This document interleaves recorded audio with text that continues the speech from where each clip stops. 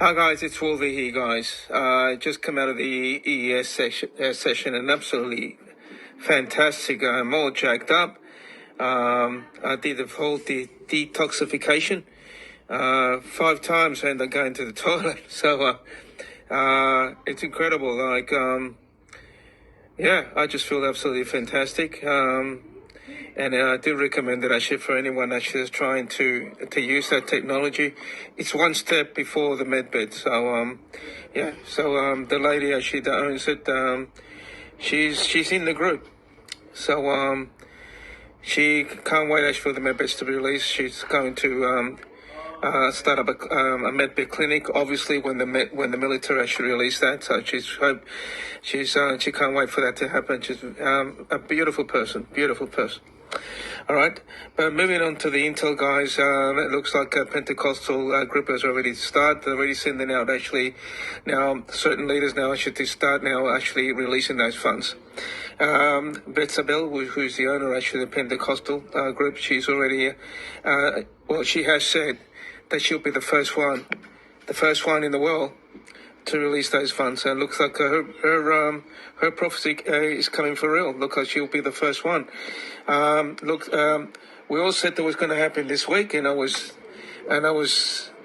so adamant that it was going to happen this week. Looks like they moved it actually after President Trump, and now it's Freedom Day. That's what most people are saying, right? Some people still saying this week, so we'll see what happens. We know we're close.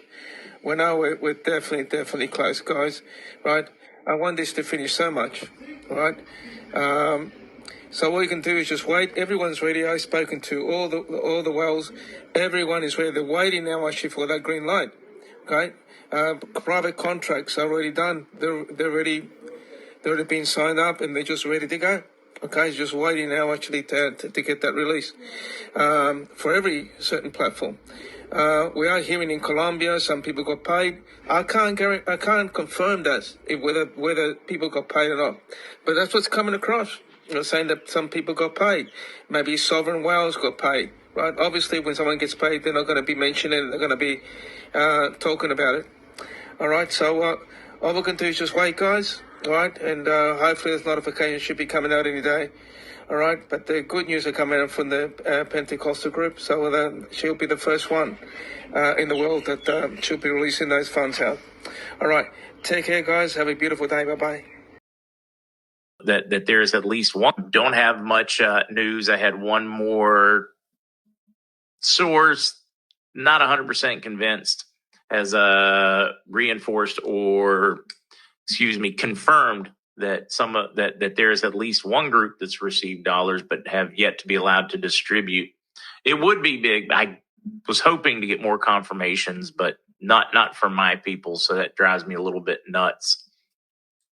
We'll have to ask Dr. Scott what he is hearing to see if he's got something solid. This is and one that I've had a number of people concerned. My contacts in Iraq keep telling me it's not a problem. At the same time, we're so close to the end. The official end is tomorrow night at midnight, I think, for the end. So they will be celebrating this weekend. Al-Fayed all over Iraq.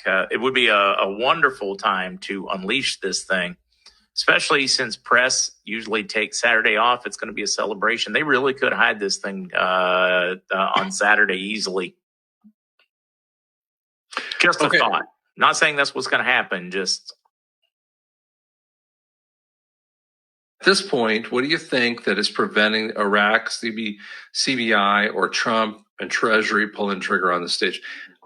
I think that there's a couple things. It's military, and secondarily, I think it's really hard to count these bonds. That too.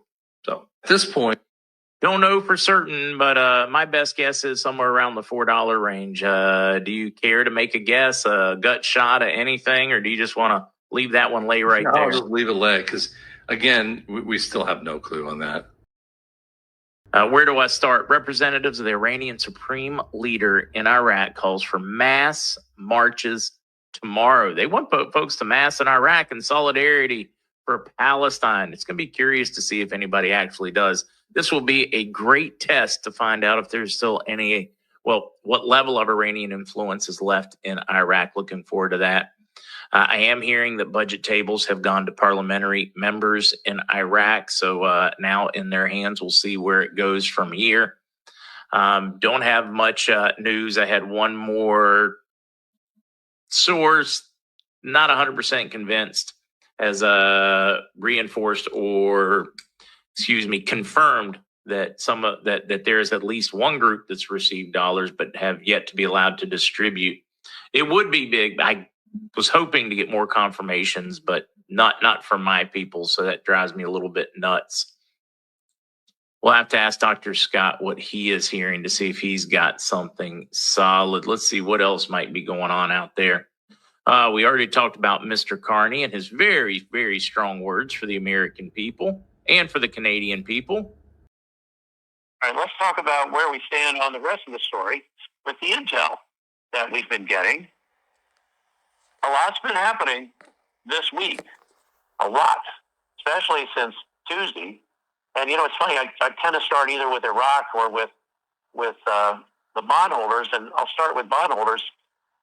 Bondholders are being told that they'll have access to their accounts, which has the money in the accounts already waiting for them to gain access to it, and it should be over the weekend. It could very well be Saturday. I doubt they'll have it before Saturday, but I think that's probably a safe bet from what we're hearing from the bond paymasters. Now, one good thing that did happen, what's happening is even though bonds are only being handled out of Reno and out of Miami, with international flights coming in, resuming again to Sparks Reno Airport and Miami International Airport on the private side, for people that are international bondholders in Tier 3, some of them are whales, maybe not quite Tier 2, but, pretty good-sized whales that are coming in and getting their bonds transacted. Well, today they went through all of the bonds out of a central location, and they report back to Wells Fargo Atlanta for this. And so Atlanta is telling us that I'll back up a minute. At 10 o'clock this morning, approximately 12% of the bondholders had been gone through in terms of the provenance, the fact that, okay, who is the owner of this bond? Is the owner transacting, or is someone transacting on behalf of the owner of the bond as a second party that has that has legal right to do that, a power of attorney over that bond? And how is that going? Is that something that is happening lawfully and above board, or are there certain bonds and gold-backed bonds that they cannot match up to the actual owner of the bond, or to a power of attorney for someone who is negotiating that bond? I mean, this type of activity was going on all day today, and maybe started yesterday, but I know I got word just before the call tonight that they actually went through and finished all of those, that they were trying to find out the legitimacy of the provenance of the bonds as I described. So that's good. So that part looks like it's complete. And that's something that we actually give value to when we begin our exchanges. It's a weird formula of how that's all working. So I guess we can say from the bond component of everything that's happening, it looks like it's in good shape and it's complete. But they are continuing to test other processes for the revaluation and the releases of the RV, if you will. The releases of everything that we need to begin our exchanges. The actual full revaluation is supposed to happen a little bit later, after the first week or so of April. But we don't need all the currencies to be revalued for us to begin our exchanges. Because the majority, what we're hearing from a very key player, we've heard a couple of different things today, and one of the things was that the Iraqi dinar, the Vietnamese dong, and the Zimbabwe Zim dollar, We call it the Zimbabwe dollar. It's a ZIM. We call it for short. But ZIM, those three currencies are the keys to the gateway for our exchanges. So those three, the gate has been opened. Those three are good to go. And because of that, we are good to get started. Okay, so that's a good thing. Let's see. Beyond that, they're testing, we're at the highest security we can be right now. We're at, let's see, what's it called? Well, where one is the lowest number is actually the highest security. And that's where we are. DEFCON 1. DEFCON 1. That's where they are right now, which is good. That means everything's on high alert, high security, and needs to be there until this event is at least initiated. Now, who's in control of what's going on right now? Department of Defense, DOD, in conjunction with President Trump, and also in conjunction with national security. What they're doing is they're going through this process, and these processes of release is they're determining, is there anything in the way? Nothing is supposed to stop it once it's initiated. Is there anything that would interfere with this going? And as it goes through those various steps, they use algorithms, other things that are put in the pathway to make sure that everything is above board and copacetic. And that's what's happening now. So let's boil it down to what's going on. We believe, from what I'm hearing from multiple sources, that I mentioned the bondholders should get access to their funds over the weekend, and we're hoping that is Saturday. We're believing we could get notified and begin to set our appointments possibly as early as tomorrow, but more likely Saturday or Sunday. So we're going to be pretty close to a true shotgun start, looking for the weekend right now. And the other thing they were doing this afternoon is they were loading the 800 number. I'm going to say number, assuming it's just one. Could be more than one, but I believe the 800 number is being loaded into the various systems. The Starlink system, the QFS, the FinTech system, wherever it needs to be loaded, it's being loaded in this afternoon to get that done. And, we'll see how it comes out, how it manifests after that. I believe I'll be notified fairly early with the number, get in touch with Bob, and tell Bob to go ahead and place it on the website, which is bigcalluniverse.com. Put it on the landing page of the website, and then we'll talk about when we're going to send out the email that would have that number in it to the people that have registered. You could see your own email coming from Wells Fargo over the weekend, and then we could be sending ours at the same time or a little before, a little after. It's hard to say the timing because I don't have the timing on the Wells Fargo emails yet. And, of course, this is our last call of the week, so I'll have to say that we'll hopefully get this over the weekend, and then maybe if we do a celebration call on Tuesday, we can regroup and talk about some things then. So, in short, we're looking good as everything is coming together. Let's talk about dates. Remember the 2nd of April, which, help me with, I believe it's Tuesday, is, let's see, what's it called? What's the name of it?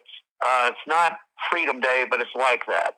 And it's a date that is important for us because starting then, that's when the tariffs are supposed to be made official and then put into effect on the next day, which is Wednesday.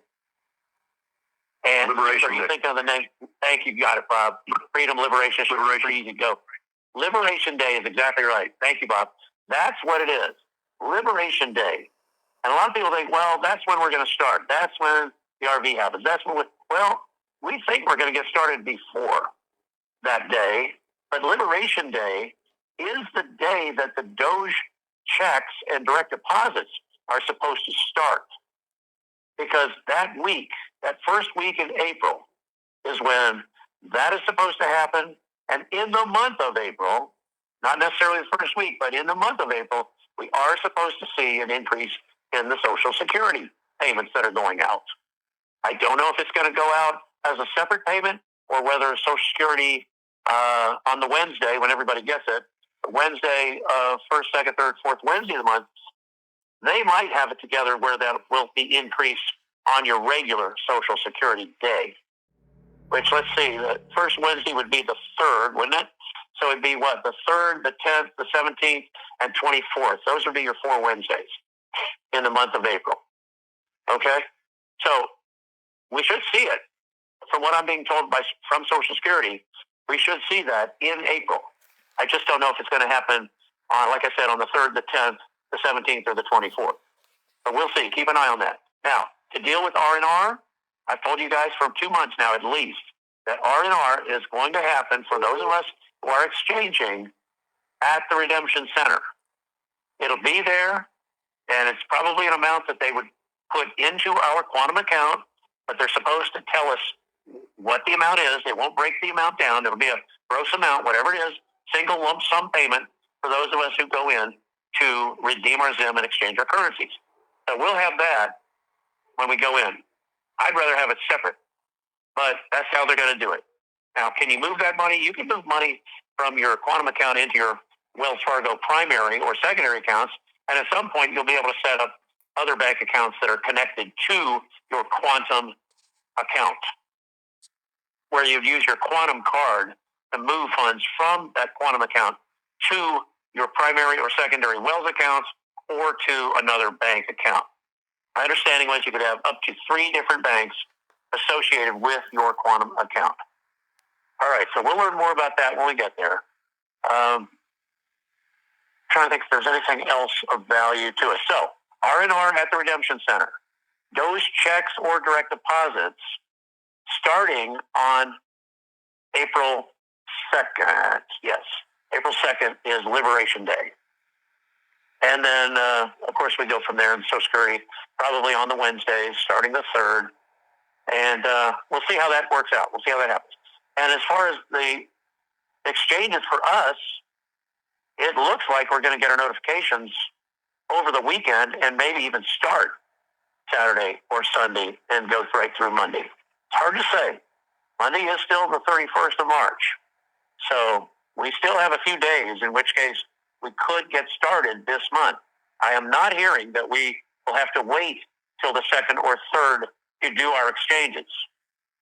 I'm not hearing that. I'm hearing that this could go and should be going over this weekend for us. So that's where I am on the thing right now. Looking forward to it. Forwarded from Jazira.news. Jon Dowling. We're coming to the end of March, and with it the end of Ramadan and EID as well. We're about to see the grave surrender of the Houthis, and next the grave surrender of Iran, as both Israel and the US exert their force on the nuclear power plants in order to flush the corrupt Iranian proxies out of Iraq and free up the dinar, as well as the Iraqi people, respectively. Vietnam has untold mineral rights, which will also free them up, alongside neighbouring countries for the dong and overall prosperity, coupled with the stable coins that each country is producing. Gold and silver are approaching all-time highs, while oil continues to make its descent with our drill baby drill philosophy, which will bring down food and energy prices at this much needed time. Finally, now the XRP is being set free, once the lawyers for the SEC cooperate and finalise the paperwork, we will begin to see XRP finally be released and unleash itself onto the world economic stage, and with it the synergy with BRICS as the preeminent driver of the new QFS financial system. Patience, everyone. We're nearly into April, where the fun really begins. Forwarded from Wolverine. This is the EES system. I'm so blessed to have used this. I'm like the Duracell Bunny Pure Energy. And this was forwarded from Pluckaduck. I think you were at the counter when I came out of the room. Can't believe I didn't recognize you.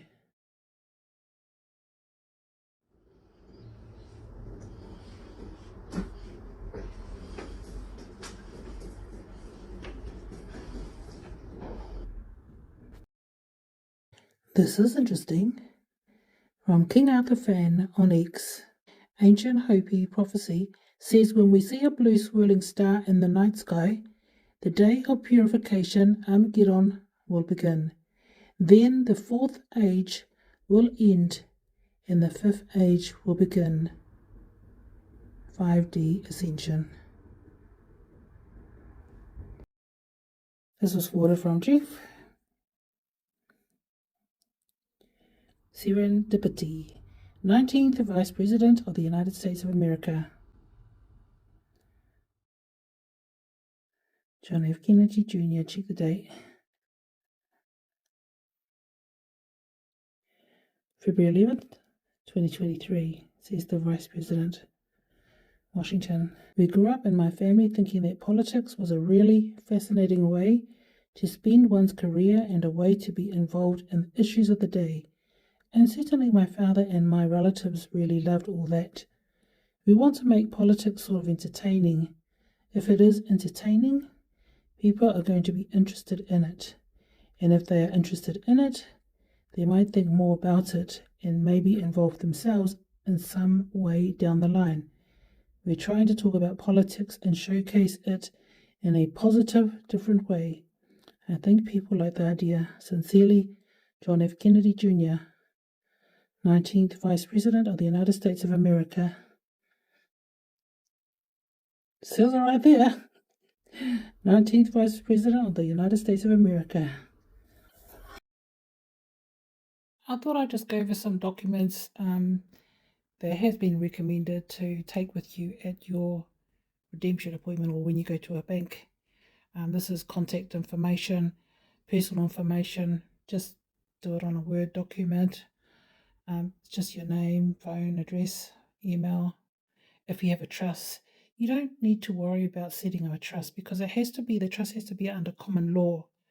I mean, you can find a common law lawyer and set it up, or you can wait till after you go to the bank or redemption center. And it's got here checking account number, routing number. That's for America. I don't know what routing number is. You could ask that question with the banker. If you've got a savings account, how much money you want, how much cash you want to draw out when you go to the appointment. Clear and clean certificate requests. Okay, so designated beneficiaries for transferable on death and payable on death. And so you list all your beneficiaries, their phone number, address. This is for America. I mean, I'm in New Zealand, so I don't know about that. That's Social Security number. And the people that you want to list as NDA individuals. To be honest, I'm not having anyone. I don't want to stress that other person knowing that if they say one word and then that's it. Each to their own. If you're going to choose someone, you're putting your 100% trust in them, and you're always going to constantly worry if you know you can trust that person. 100% trust that person. You have a good relationship with them, then that's cool. But not me. So that's the contact information, just in case something happens. Not that anything will happen. No, just pray. God will always protect you. So this is the appointment guide to help you with your a redemption appointment or bank appointment. Once you receive a notification, and they put your call through to one of the 7,000 call centers. You make the appointment with that person.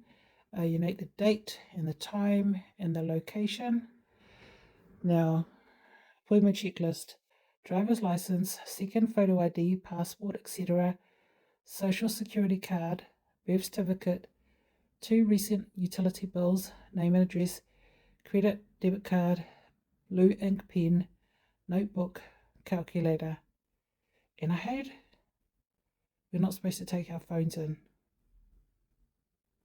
Okay. Take all the photos off. But then Bruce said that you only need 1 photo ID, but just take 2 just in case. Same with the 2 recent utility bills. I'm sure he said only 1, but then take 2. Ring, 3-ring binder, folder or envelopes. Currencies to exchange / bonds to redeem separated by country and denomination. Currency / bond receipts or gift letter if available. Currency / bond tally. Context information. EIN document. I don't know about that because there's going to be a lot of changes to the IRS. Revocable trust, again, not everyone's going to have a trust at that time because we need to wait until the law is changed to common law. It's already done in common law, but it's not being made public as far as I'm aware. Humanitarian projects, 3 copies. I don't even think that the bankers you won't have time to discuss your projects. They're only interested. There's a lot of things to do within that 30-40 minutes. So you could ask. Arrival. Be aware of your surroundings at all times. Expect military security. Walk in calmly. Breathe, smile, and make natural eye contact. Be patient, kind, and grateful. Keep your currency, bonds in sight at all times until a certificate of funds receipt is received. Ask questions until everything is fully understood before accepting any offer. Read and sign for everything. Get copies and receipts for everything. If asked about new wealth, simply reply, take care of my family and my humanitarian projects. Your exchange process. Present your currency bonds to be counted and authenticated. Confirm count matches your currency / bond tally. Ask for a higher contract rate above the international default rate offered. I have a humanitarian project that I'm very committed to. What contract rate can you offer? May I see your screen to verify the rate? You can also ask the banker to print it out. No harm in asking. How can I qualify for the highest contract rate possible with my project? If needed, present and briefly discuss your humanitarian project and funding needed, essential tasks needed, available assistance, project team management. I don't even think they're going to discuss that. That will be the alliance military that will discuss that with people that have projects. A lot of people just have the currencies and bonds and they can choose from the projects. I don't know if that's going to be done at the bank, but you could ask them. Record rates and exchange values on your currency bond tally. Are there any exchange processing fees? What percentage are you charging? 1% of 1 million is 10,000. Since this is a significant amount, can this fee be waived? If not, half. Is the exchange a taxable event? No, you won't get charged any tax. Open or deposit funds in your QFS accounts. Potentially open QFS account as trustee in the name of your trust. Potentially open separate sub-accounts for each currency and your projects. QFS account will not earn interest, but funds will be kept safe and secure. How to access QFS account. When are funds available? If depositing funds into new interest-bearing bank accounts, shop for interest rates. However, beware banks / FDIC may default. How much interest will I be earning? I hear something percent is available. How will my money be protected? FDIC only covers $250,000 per person. Open accounts as trustee in the name of your trust. Verify all accounts totals on computer screen.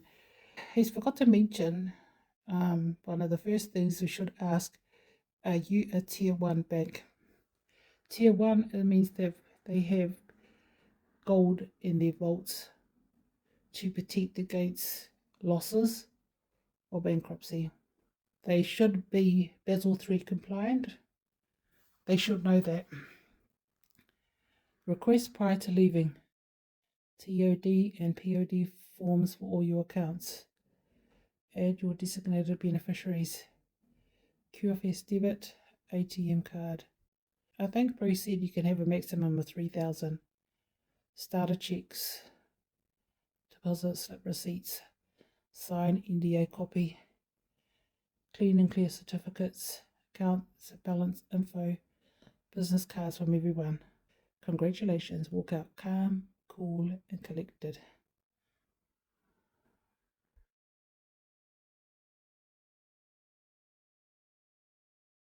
One soul in your family has been chosen to heal all the ancestral wounds in your lineage. You are that person. You are a true warrior for accepting this mission. You knew it would not be easy. You accepted the task anyway. You are a quantum badass. Do not forget it. By Andrew Genovese at Breathe, Heal, Evolve.